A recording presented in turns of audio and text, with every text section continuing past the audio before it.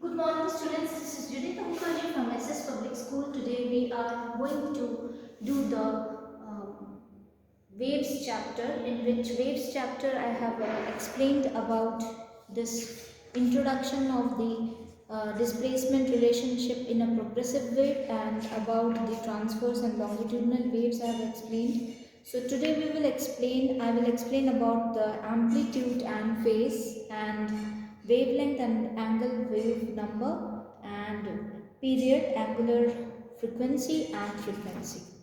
So here we have to find out what is the amplitude here.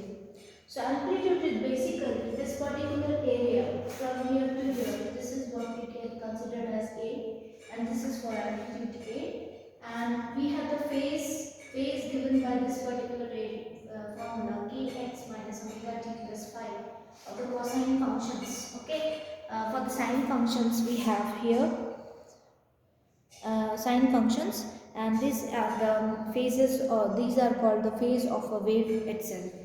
Now in equation number 15.2, since the sine functions varies between 1 and minus 1, the displacement y is equal to xt varies between a and minus a. We can take take a to be a position constant without any loss of generally. Then we represent the maximum displacement of the constituents of the medium from their equilibrium position. Note that the displacement y can be positive or negative, but a is positive. It is called the amplitude of the wave, and the quantity kx minus omega t plus phi appearing in the argument of the sine functions in equation number 15.2 is called the phase of the wave. Given by the amplitude A, the phase determines the displacement of the wave at any position and at any instant. Clearly, phi is the phase at x is equals to 0 and t equal to 0. Hence, phi is called the initial phase angle. By switching a suitable choice of origin on the x-axis and the initial time, it is possible to have phi equal to 0. Thus there is no loss of generality in dropping phi, that is in taking 15.2 with phi equal to 0. Now wave number and angular frequency. This wave number, the minimum distance between the 2 points having the same phase is called the wavelength of the wave, usually denoted by lambda. You know it very well. This is what we call the wavelength.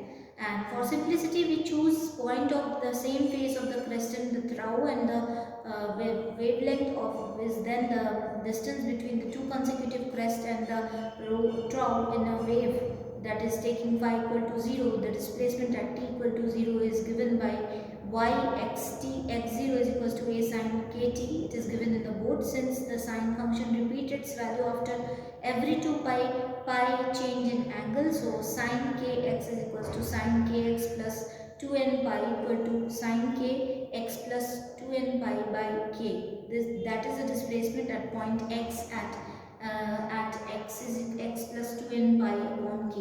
At the same, where n equal to 1, 2, 3, 4 and so on, and the least distance between the point with the same displacement is obtained by taking n equal to 1. Is then given by lambda is equals to 2n upon k, or k equal to 2 pi upon lambda, where k is the angular wave number here. So we have here described by this particular value, and this is how we have come to the conclusion that this k is what we call the angular wave number here.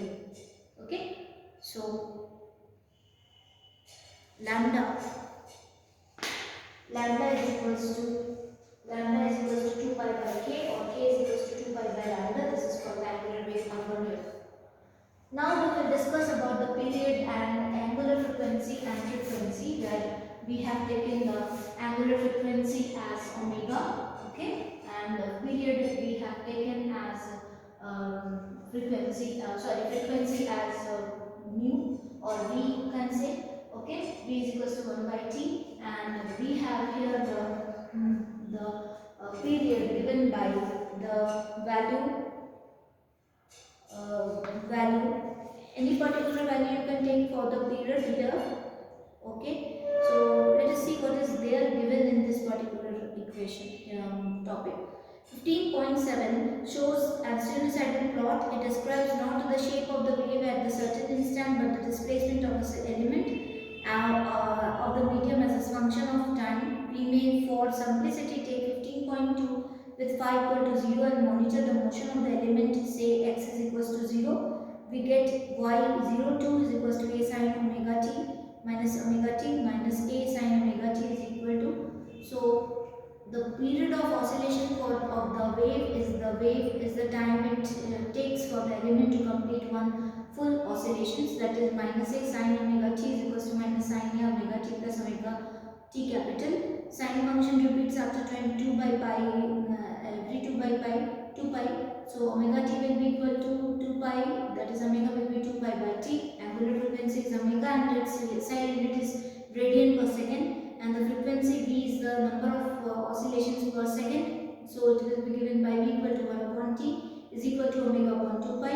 V is the usually measured in hertz. In the discussion above, reference has already been made for the wave traveling along a string or a transverse wave. In a longitudinal wave, the displacement of the element of the medium of the parallel to the direction of the propagation of wave, and it is displacement function to the longitudinal wave is written as L. It is parallel given, so naturally it is longitudinal. So xt is equals to a sine kx minus omega t plus phi, where sxt is the displacement of the element of the medium in the direction of the propagation of the wave at position x and t. In equation number 15.9a is the displacement amplitude. Other quantities have the same meaning as in the case of the transverse wave, except the displacement function yxt to be replaced by the function sxt here. So we have a period going on from one particular position to the another particular position, or you can say at period t. Okay, at period t we can say, because frequency is equals to 1 upon p.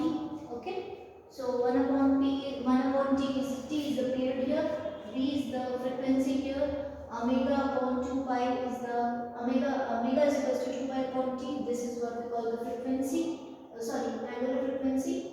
We have the frequency given by v equal to 1 upon t, where t is the period here. So this particular area is a. From here to here is the t function that is moving of one particular cycle, is what we call the period here. Okay, and we know it given by this angular frequency is given by omega t. Omega is equals to 2 pi by t itself. So this is how this things are being answered, particularly told in this particular chapter. The speed of the traveling wave. In this particular session, we will have to see whether what is the speed of the traveling wave here. So for this, we need to go for the next video. Till then, thank you, students.